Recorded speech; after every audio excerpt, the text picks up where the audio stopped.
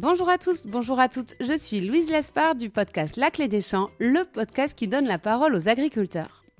Avant de vous plonger dans notre épisode du jour, j'ai une annonce un peu spéciale à vous faire.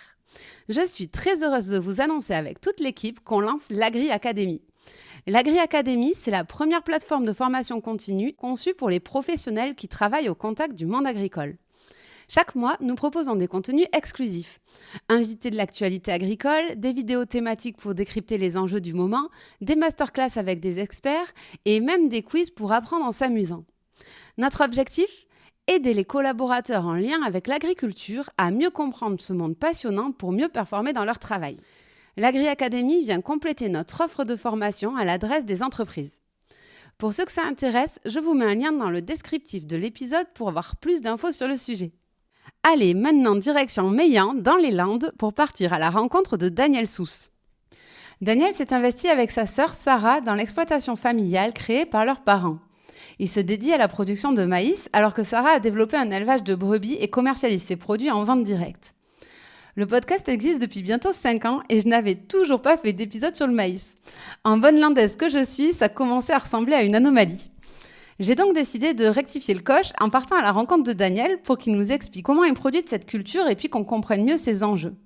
Au-delà de ça, ce qui m'intéressait sur l'exploitation de Daniel, c'est qu'ils ont toujours été à la pointe de l'innovation pour pratiquer l'agriculture qu'on appelle de précision. Il s'agit d'être toujours plus pointu en cartographiant ses sols et les rendements associés pour agir précisément et efficacement.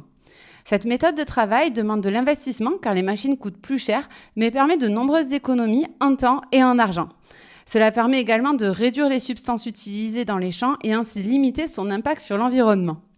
Allez, je vous laisse en compagnie de Daniel pour qu'il nous explique tout ça. Bonne écoute!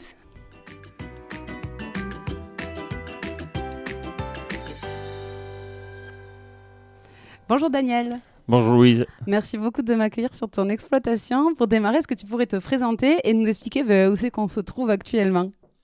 Là, on se trouve. Je m'appelle Daniel déjà. J'habite à Saint-Yaguen, agriculteur depuis une dizaine d'années, en plein milieu des Landes. Là, on est sur le siège d'exploitation sur la commune de Saint-Yaguen. Et après, voilà, à voir de quoi on peut parler. Oui, t'inquiète pas, j'ai plein de sujets pour toi. On est dans le bureau du coup, vrai bureau d'agri, avec l'ordi, tous les classeurs, la table. Il n'y a pas la machine à café. Il y a les boules GPS qui attendent là parce qu'on ne nous les pique pas. Mais Très bien. Bon alors, ça a été quoi le déclic pour toi de devenir agriculteur ? Tu es sur l'exploitation familiale là, tu as toujours voulu devenir agriculteur ou ça s'est fait plus tardivement ? Le déclic, il s'est fait depuis tout petit, je crois. J'y nage dedans depuis tout petit. C'est papa qui a créé l'exploitation en 89. Donc, moi, je suis né en 90. Donc, depuis tout petit, j'y nage dedans. Et après, je pense que ça a été un suivi du père et du grand-père qui étaient dans le monde agricole, quoi. Du coup, tu as fait un parcours classique, lycée agricole directement Ouais, j'ai fait lycée agricole à Montardon, donc bac et un BTS Axe pour conduite et système d'exploitation, basé surtout sur de la compta, mais voilà, il y a un parcours de standard en agriculture. Et je crois que tes enfants prennent le même chemin. Tu me disais, ils ont quel âge ? 7 ans, 4 ans ? Ouais, 7 ans et 4 ans, oui, ils sont piqués aussi, oui, autant que le père, je pense. Ils sont à bloc. La relève est déjà assurée. Tu peux nous décrire un peu ton exploitation ? Alors l'exploitation aujourd'hui, on a 400 hectares, il y a 340 de maïs. Une grande partie en irrigué et après on fait un atelier d'ovins en viande, tout en vente directe. Et après on a un atelier de poulet et chapon. Les brebis, donc les ovins c'est les brebis, c'est ça ? Oui, c'est ça. Et c'est Sarah, ta sœur, qui s'est installée récemment. Ouais, c'est ça. C'est Sarah qui s'est installée il y a 6 ans maintenant et elle a toujours voulu développer un atelier de vente directe. Donc le poulet était un peu bloqué, le marché, on va dire, sur le secteur. Donc on est parti sur de la brebis, où il n'y a vraiment personne. Et là aujourd'hui, c'est de l'agneau, plusieurs produits déclinés de l'agneau et de la brebis. Et ça cartonne tellement qu'elle devait être avec nous pour faire l'interview. Ça aurait été la deuxième fois que j'interviewais des frères et sœurs. Mais elle a 8 personnes qui viennent découvrir l'exploitation. Donc elle ne pourra malheureusement pas être là. C'est ça, ouais. Et la volaille, par contre, ça avait été installé, l'atelier volaille, pour ton installation à toi, c'est ça ? Oui, on avait un atelier de cabane qu'on a abandonné pour mon installation et il y avait un atelier de 400 m² en caille pour mon installation à la base. Ouais. Mais on a fait autre chose entre-temps, donc aujourd'hui on fait du poulet et du chapon dedans. Bon, et bien j'aimerais bien qu'on parle avec toi de maïs. Parce que je suis quand même landaise, ça fait 5 ans, 4 ans et demi que j'ai le podcast, je sors un épisode tous les 15 jours et je n'ai toujours pas traité le sujet, donc il fallait absolument rectifier le tir. Déjà sur ton exploitation, tu fais quoi comme maïs? C'est quel type de maïs? On fait, nous, une grande partie de maïs grain, voilà, toute la superficie, avec une particularité un peu de maïs blanc, mais sinon, voilà. Y C'est a quoi pas du de- maïs blanc? C'est le même que l'autre, sauf qu'il sert pour gaver. Il servait à l'époque pour gaver les canards et pour les oies, Ok. surtout dans le Gers. Après, nous aussi. Après, comme tout s'était industrialisé un peu, on est resté sur du maïs jaune parce qu'il y a plus de. La génétique sur le maïs est recherchée plus sur du maïs jaune que sur du maïs blanc. Mais nous, on s'en sert pour nourrir les brebis.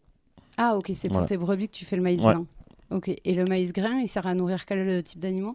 Et après, tous les animaux, que ce soit. Il y en a qui en mettent en brebis aussi, hein, mais vaches, poulets. Donc alimentation animale exclusivement par Ouais. contre, on peut pas, nous humains, manger du maïs grain. Non, pas trop. Et après, il y a d'autres types de variétés de maïs? Mais après, en maïs, nous, ce qu'on fait pas sur l'exploitation, le maïs doux. Celui-là, il est exclusivement pour la consommation humaine. Ouais, Et après, c'est maïs. celui qu'on retrouve en boîte? Ouais, voilà. Ou en épi, parce qu'il y en a certains qui le mangent en épi, que tu fais cuire au barbecue ou au plancha. Et après, maïs en silage. Donc le maïs en silage, c'est exclusivement pour le bétail. Donc celui-là, on le ramasse à plante entière et après, il s'en va dans des silos pour le stocker. Non, je fais un petit aparté parce que l'ensilage, tout le monde ne connaît pas, alors que pour nourrir les bovins, notamment, c'est essentiel. Donc, c'est toute la plante qui est récoltée. Ouais, C'est ça qui c'est est tout. broyé. C'est toute la plante qui est récoltée par une ensileuse et après, c'est broyé. On le met en silo tassé et fermé pour que ce soit en aérobie et on leur donne à manger tout au long de l'année. En aérobie, ça veut dire sans oxygène, c'est ça? Ouais, c'est ça. Et c'est soumis sous des bâches pour être bien préservé. Avec souvent, c'est les bâches qu'on voit avec les pneus au-dessus pour bien garder le tas Ouais, passé. des pneus et après, on cherche autre chose pour que ce soit un peu plus écolo que nos pneus. Mais C'est pas faux. Et après, il y a le maïs semence. c'est ça. Et le maïs semence, oui. Bon, nous, on n'en fait pas, mais il y a une grande partie autour de nous qui en fait. Et ça, c'est pour le croisement de variétés, pour qu'on puisse nous semer l'année d'après. Pour avoir les semences avec Ah, la génétique c'est ça. qui va bien. Qui va bien pour l'année d'après. Et donc, il y en a pas mal quand même dans les Landes, j'ai vu. Et ce qui vaut à tous les Landais de passer castrer, Oui, c'est ça. l'idée d'aller À castrer partir, le de maïs. 14, parce à que- partir de 14 ans, on y a droit. Et alors, toi, sur ton maïs, le maïs grain, c'est quoi la saisonnalité? Tu peux nous dire tes grains travaux pendant tout le long de l'année? Et bien, le maïs grain, on est surtout période de semis à partir de mi-avril jusqu'à mi-mai. Après, ça dépend des conditions météorologiques, mais on commence à préparer à partir de mi-février. Préparer, t'entends préparer les sols? Ouais, préparer les sols. Tout ce qui est travail d'échauffage, labour. Ouais. Tu peux nous raconter ça un peu étape par étape? Parce que toi, ça te paraît... Oui, nous, c'est Évident, très simple, mais ça l'est pas forcément. on détruit tout ce qui est couvert, puisqu'on est obligé de semer des engrais verts une fois récoltés. Donc, on Ce détruit qu'on t'appelle des couverts végétaux. des couverts végétaux. Ouais. Ouais, On qui détruit- permettent de quoi? De garder, mine de rien, une plantation sur le sol et après de nourrir le sol quand Ouais. tu les détruis. C'est ça, pour augmenter matière organique et surtout pour garder tout ce qui est reliquat azoté de l'année d'avant. Voilà, c'est pour couvrir les sols pour l'hiver, pour éviter le lessivage, on va dire. Ça, c'est assez récent. C'est plutôt aussi dans une optique agroécologique. Oui, c'est ça, un petit pack. Et après, pour garder notre monoculture de maïs surtout. C'est ce qui avait été accordé pour garder notre monoculture de maïs. Donc on était obligé de semer des engrais verts pour pouvoir faire du maïs sur maïs, comme on a toujours fait nous dans les Landes, parce que sinon on ne sait pas quoi faire, on ne sait pas faire Je vois autre chose. Mais Je vois passer du tournesol quand même de plus en plus du coup, non? il y en a un peu plus, mais c'est vrai que essentiellement maïs sur maïs dans les Landes. Les céréales c'est plus compliqué, on a essayé mais c'est plus compliqué. Ouais, donc le fait d'alterner maïs et couverts végétaux et remaïs, la PAC vous autorise à rester en monoculture. C'est ça, en dans ce monoculture cadre-là. maïs. Ouais. On détruit ce couvert végétaux à partir de mi-février, suivant les conditions climatiques, mais on détruit là. Après, on laboure à partir de fin mars pour semer mi-avril, quoi. Labourer, ça te sert à quoi? Ça nous sert fiant de retourner tout ce qui est résidu de l'année d'avant. Et après, c'est notre plus grand désherbant pour limiter tout ce qui est adventice dans le maïs, quoi. C'est les mauvaises herbes, les adventices. C'est ça. Et aujourd'hui, tu réfléchis à te passer du labour ou toi, sur tes terres, tu peux pas vraiment faire autrement? Mais non, se passer le labour, nous, sur du sable, c'est très compliqué. Du moins, on peut le faire, mais après, il faut aller chercher des variétés qui sont résistantes à champignons. Donc, le manteau, il y en a quelques-unes, mais bon, on a des problèmes de décomposition après si on laboure pas. Donc, nous, on laboure, mais par contre, voilà, le semoir, on sème directement sur le charrue. Donc, on a limité le passage de préparation de sol entre la charrue et le semoir. On sème et on fertilise une partie en même temps, puisqu'on met la localisation au semis. Et après, il n'y a plus qu'à laisser pousser et on fertilise au fur et à mesure jusqu'à qu'on puisse plus y passer avec les tracteurs. Fertiliser, c'est avec les engrais, Ouais, du coup. après les engrais, ouais. Donc ça pousse tout l'été. C'est ça. Là, toi, tu fais rien? Un petit peu d'arrosage entre-temps. C'est pour ça les éleveurs, ils disent que les agriculteurs en grande culture, vous êtes des feignants. Oui, mais non, il faut un peu d'irrigation quand même, de 15 juillet au 15 septembre, un grand maximum. Et après, récolte, quoi, en suivant. À quel moment la récolte? Mi-octobre à peu près. Entre fin septembre et un gros mois et demi. Fin septembre, mi-novembre. Et après, ressemer les engrais verts en suivant. On a 15 jours derrière la récolte. Et après, on peut essayer de partir en vacances. Mais on va juste essayer. Au mois de décembre, quoi. Oui, voilà, pour Noël. Tu peux partir dans les îles, il fait beau. Si on n'est pas dans l'agnelage. Et oui, puisque vous avez les brebis en même temps. Et cette année, elle s'annonce comment sur le maïs? À vue d'œil, on est en retard par rapport à une année normale, suite aux conditions climatiques du printemps, mais on n'est pas trop mal. En faisant le tour des parcelles, on n'est pas trop bien, je pense. Une bonne année. Vous avez été en retard parce qu'il a beaucoup plu. Oui. Combien de jours de beau temps il te faut pour pouvoir semer Nous, sur les spots, en 15 jours, normalement, c'est plié. 15 jours, 3 semaines, grand maximum. Mais là, les sols étaient pleins. On avait des lacs au milieu des champs mi-mai. Donc, on a semé des parcelles qui sont drainantes naturellement plus facilement de suite. Et après, le reste, on a attendu qu'il fasse beau. Donc, c'est-à-dire début juin, quoi. Fermé début juin, on a eu le deuxième créneau et on a semé ça en l'espace de 10 jours, ce qui est resté. Après, il n'a pas fait réellement beau, donc on a attaqué à arroser fin juillet, donc pour dire que les sols n'étaient pas très ressuyés quand on est passé, donc c'est un peu plus compliqué. Ouais. Le fait qu'il faut avoir du beau temps, c'est quoi? C'est des conditions d'accès avec le tracteur, tout simplement, de pouvoir accéder au champ, ou est-ce que c'est aussi pour la pousse de la plante, quoi, que si c'est trop plein d'eau... Oui, c'est pour les deux, parce que déjà, on ne sème pas dans la boue. Il y a un prof d'agronomie qui disait la plus grande connerie qu'on a fait pour l'agriculture, c'est d'inventer la cabine sur le tracteur, parce qu'on n'a jamais vu les pousses de l'agriculteur avec le parapluie. Mais sinon, oui, on laisse sécher déjà pour passer le tracteur et après pour semer dans dans de très bonnes conditions.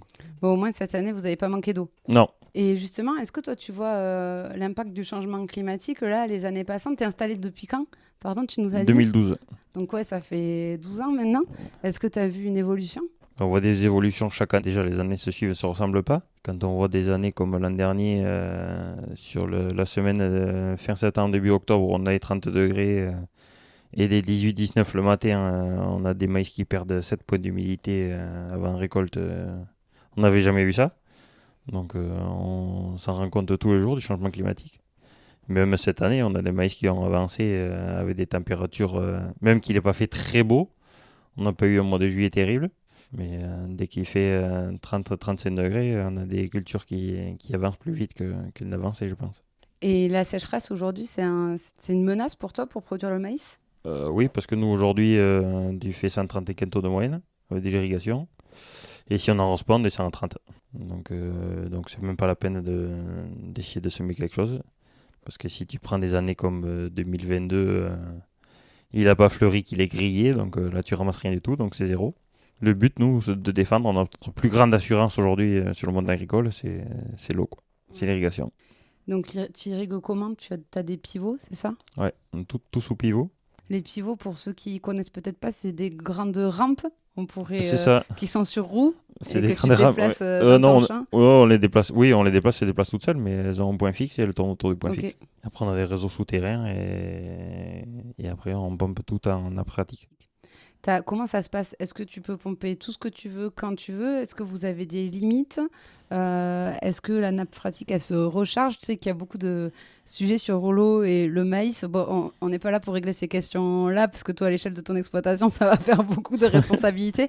Mais par contre, je ferai un épisode sur l'eau, peut-être avec Alban Thomas, qui est directeur scientifique adjoint à l'environnement à l'INRAE. Il faut que je trouve le temps d'aller à Toulouse pour le faire et vraiment parler en profondeur de ces sujets d'eau et d'agriculture. On ne va pas t'en demander tant, mais est-ce que tu peux me dire, toi, en tant qu'agriculteur, comment ça se passe aujourd'hui dans ton utilisation de l'eau?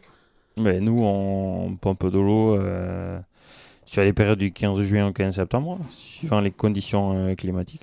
Et après, on a des compteurs et des quotas respectés à l'hectare qu'on ne doit pas dépasser. Ça, c'est défini par Irrigadour, notre système à nous de gestion de l'eau dans le sud-ouest, qui nous donne des quotas à l'hectare et après géré par ce syndicat-là qui nous gère nos quotas à tous les agriculteurs du Sud-Ouest, ou du moins des 4 départements autour de la Dour, quoi.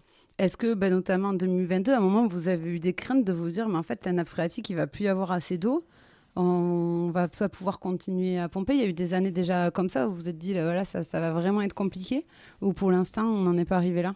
Non, après il y en a naturellement, de toute façon ce qui doit s'assécher ça sèche, mais les anciens on en a déjà vu, on en verra d'autres. L'eau certes on se l'accapare pas, mais on est quand même une région proche de l'océan, donc dès qu'il pleut on se sert les premiers.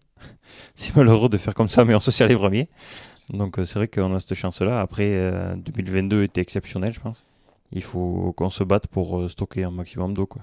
Et oui, puisque parfois ça tombe et on la perd, mais en tout cas, on a la chance d'être dans une région qui est plutôt pluvieuse et où les nappes phréatiques se rechargent déjà naturellement. Ouais, c'est ça. Elle se recharge tous les hivers au maximum, elle se recharge et après on essaye de gérer au mieux. Et après, je crois qu'on parle assez de nous dans les informations quand on est en vigilance inondation. C'est souvent les Pyrénées-Atlantiques et les Landes, donc.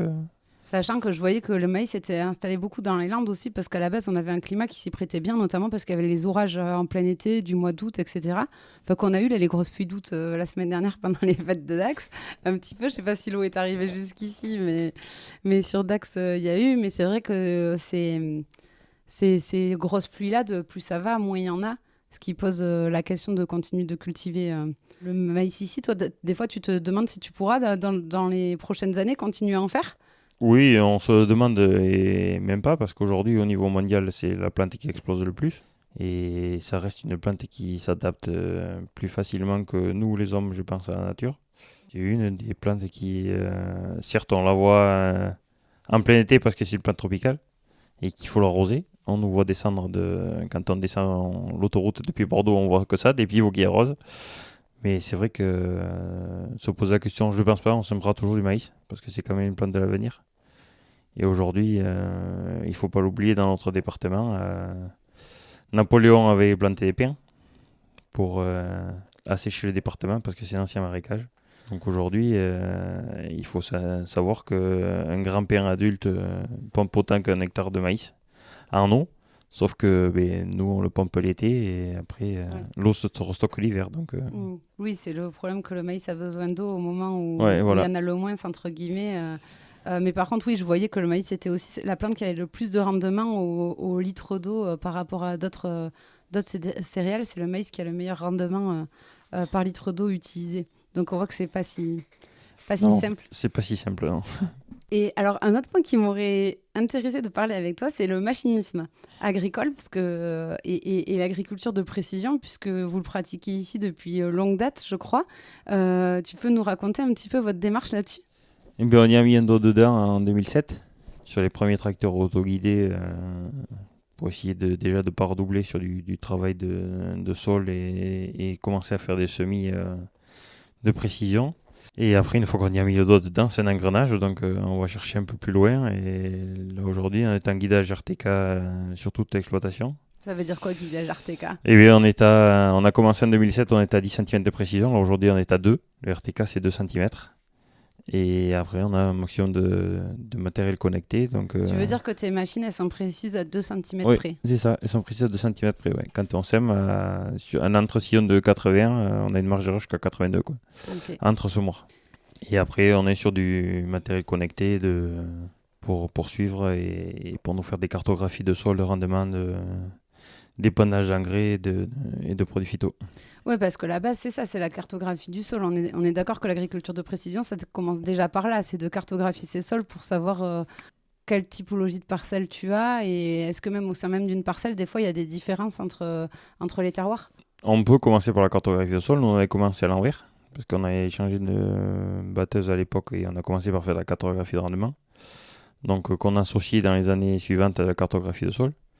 Donc pour savoir où c'est qu'on a nos meilleurs potentiels dans les parcelles, puisqu'on est sur l'hétérogène, et après ça nous permet d'aller faire de la modulation d'engrais et de semences sur des zones qui sont un peu plus séchantes. On met moins de densité pour pouvoir aller chercher le grand maximum quand on arrose, quoi. C'est-à-dire qu'en fait, quand tu passes avec tes machines, maintenant, je prends, je sais pas, l'exemple du semoir, il sait exactement dans quelle partie a plus de rendement que notre, et il va plus ou moins semer en fonction de ça. Oui. C'est ça. Oui, c'est ça. Mais par rapport à notre cartographie de sol, on sait où c'est qu'on a nos meilleurs potentiels de la parcelle, on adapte la variété et on fait une cartographie qu'on rentre dans le tracteur et quand on sème, le semoir il change de densité tout seul.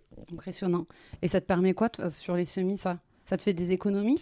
On fait des économies de doses de doses de maïs à l'hectare, mais c'est surtout que ça on place la graine au bon endroit de la parcelle, on peut augmenter la densité, aller chercher du rendement à certains endroits et limiter la casse à d'autres pour avoir un rendement homogène plus élevé dans la parcelle à la fin, quoi. Après, tu as d'autres machines qui sont connectées? On a le pulvé qui est connecté pour faire du traitement d'herbes par rapport à des cartographies sorties par des drones. Donc pour aller chercher, mais on fait que du on-off, là. On désherbe à l'endroit où il faut et on met le produit que là où il faut. S'il n'y a pas d'herbe, on n'en met pas. Ok, donc là, c'est vraiment des économies et écologie. Oui, voilà, c'est ça, c'est les deux. On avait fait un test il y a 4-5 ans. Et on avait fait une cartographie sur la moitié d'une parcelle. On avait fait notre désherbage normal sur une partie et l'autre moitié cartographiée par le drone. Donc avec vraiment la précision de je traite à tel endroit et pas à un autre. Et après, on avait fait un rattrapage pour voir les parcelles, pour voir le drone, pour voir où c'est qu'on a été le plus efficace. Donc on avait fait un rattrapage après et là, on gagne 50% de produits, quoi. Tu économises 50% de produits sur ta parcelle où tu as fait le truc avec précision. C'est ça. Et quand on voit le coût des produits maintenant, c'est pas notre. C'est ça. Et les enjeux environnementaux aussi, parce que mine de rien, ça fait 50% de produits en moins dans les terres. Oui, dans les terres et dans notre compte en banque, ça fait 50% de moins dépensés aussi. Le but, c'est d'en utiliser le moins, c'est d'avoir les parcelles propres, quoi. Et la moissonneuse-batteuse, elle est connectée aussi? Oui, la moissonneuse-batteuse est connectée, on fait des cartographies de rendement avec. Donc là, elle te permet de savoir précisément les rendements que tu as par surface. Oui, le rendement instantané à l'endroit où elle est sur notre cueilleur de 8 rangs, donc ça fait 6,40 m. Elle nous calcule le rendement instantané à l'endroit où elle est dans la parcelle. Et là, tu en changes de moissonneuse. Oui. Tu es parti la voir la nouvelle. Oui, c'est ça. Qu'est-ce qui t'a poussé à changer?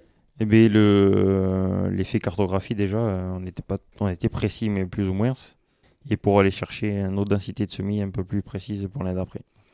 Est-ce que tout ça, j'imagine que ça a un coût? Bon, déjà, le matériel agricole en lui-même coûte quand même relativement cher.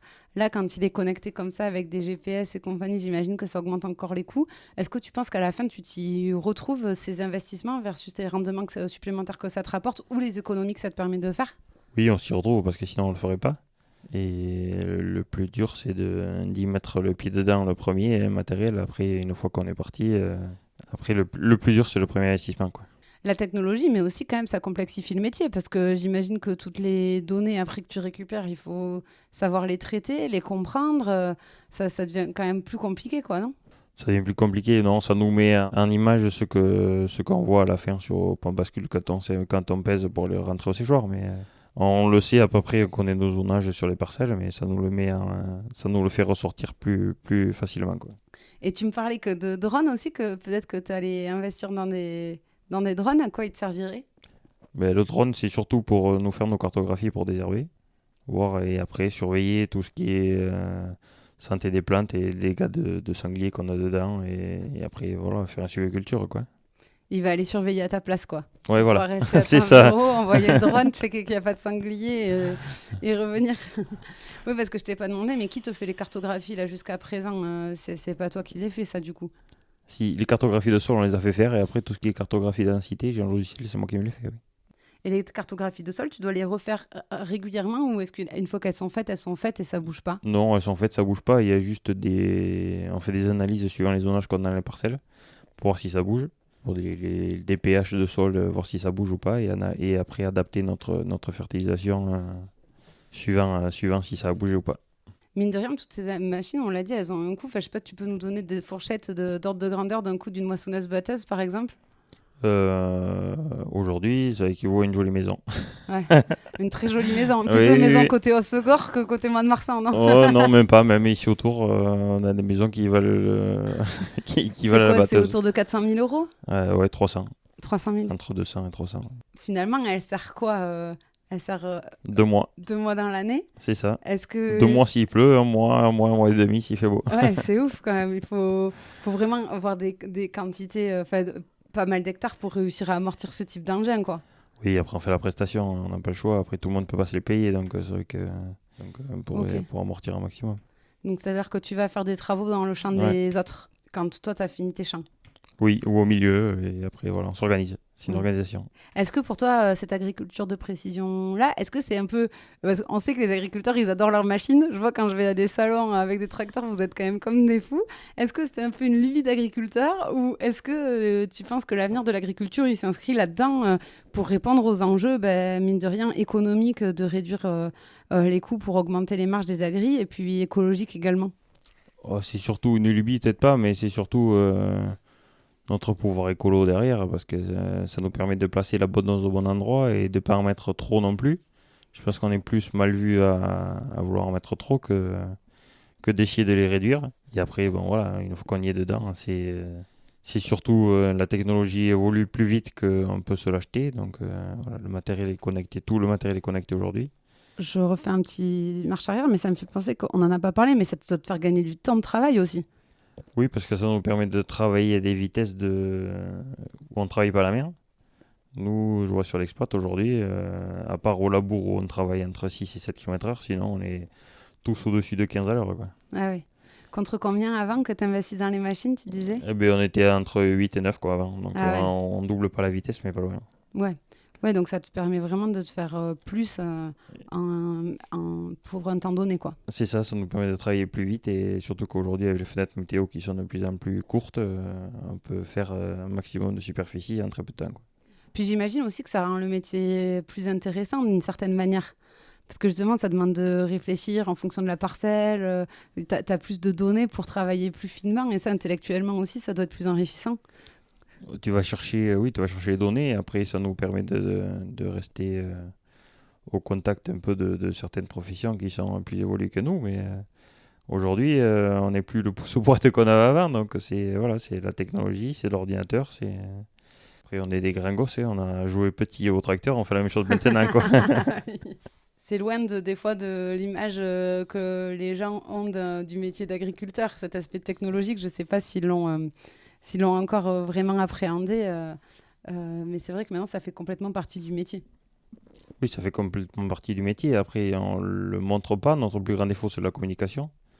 Et c'est vrai que la technologie, les gens ne savent pas ce qu'on a dans les cabines. Ils pensent qu'on est toujours avec un volant et une boîte à vitesse. Mais c'est vrai qu'aujourd'hui, moi, la plupart du temps, le volant, je ne le tiens pas. Quoi. Donc, c'est le GPS qui conduit tout. Et à des vitesses à 20 km/h, c'est plus une fatigue...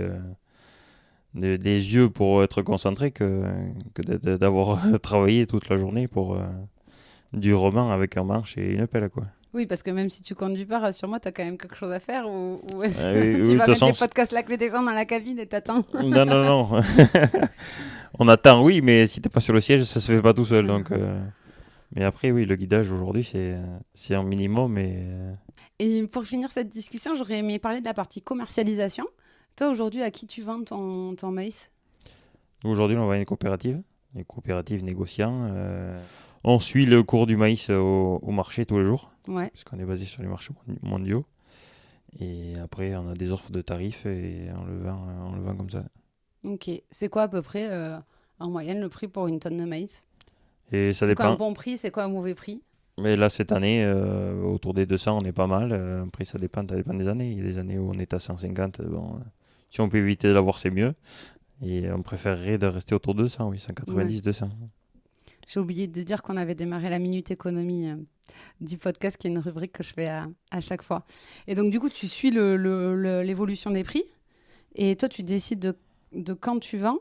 Mais à quel moment tu vends? Est-ce que c'est une fois que c'est récolté ou est-ce que tu peux faire des ventes en avance? Non, on le fait en avant. Et des fois, on a vendu du maïs de l'année qu'on n'a pas semé. Parce qu'on sait très bien, quand on sème, qu'on fait un minimum de résultats à la ferme. Donc, on se cale sur un certain tonnage. Et après, suivant les prix, puisqu'on le suit tous les jours, tout le long de l'année, suivant les prix, dès qu'on est au-dessus de notre prix de revient, on essaie d'en sécuriser une partie, quoi. Donc ça veut dire que si en février le prix du maïs est bon, tu peux vendre ta récolte que tu vas avoir au mois d'octobre et la personne à qui tu vas le vendre va attendre. C'est ça. C'est du contrat pour la récolte. Donc, quand on a des tarifs qui sont bons sur février ou mars, même avant d'avoir semé, on fait des contrats et c'est pour échéance novembre pour la récolte. Donc, parce qu'on a quand même le maïs de l'année d'avant qui est en stock. Donc, voilà, c'est le maïs de l'année 2024 en cours qui sera vendu. Mine de rien, tout augmente. Hein. On l'a vu et on l'a entendu notamment en début d'année avec les manifestations d'agriculteurs. Le coût des engrais, de l'azote, le fuel, mine de rien, les machines qui sont toujours plus perfectionnées et du coup qui coûtent quand même relativement plus cher. Toi, au niveau de tes marges, tu t'y retrouves toujours ou plus ça va, moins ça va? Non, aujourd'hui ça va. On suit au prix mondial les céréales. Donc, c'est ce qui nous fait recalculer tous les ans notre coût de revient et bon, il fait en augmentant de toute façon. Suivant les engrais, le carburant, les machines, il faut qu'on aille chercher notre prix sur le marché des céréales au maximum et on se donne un prix plancher qu'il ne faut pas descendre, quoi. T'es un peu trader finalement. Oui, c'est ça, à notre niveau. Je vais passer à mes questions de fin. La première, c'est qu'est-ce qui te rend fier à toi d'être agriculteur? Ce qui nous rend fiers, c'est déjà d'avoir le paysage qui change tous les jours, et d'avoir, moi surtout, mes 2 garçons qui me suivent derrière et qui partent à suivre, mais c'est surtout une suite logique, je pense. Ouais, de transmettre ton travail de génération en génération. C'est ça. La deuxième question, c'est est-ce que tu aurais un truc pour nous pour étaler notre science au prochain repas entre amis quand il y aura du maïs sur la table?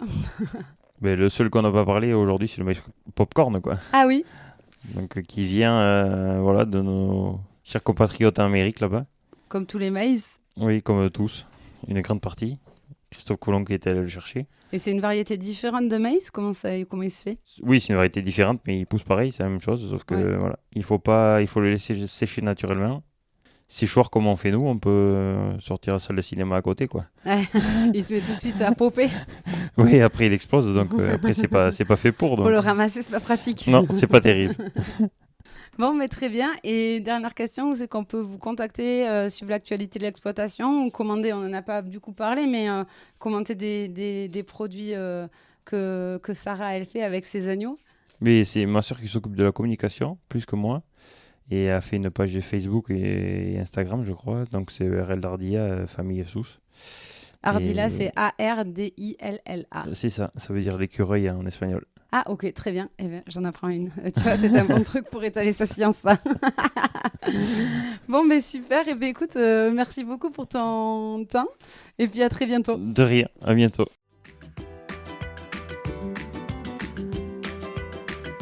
Et voilà, c'en est fini pour aujourd'hui. Vous souhaitez aller plus loin dans la découverte de l'agriculture ?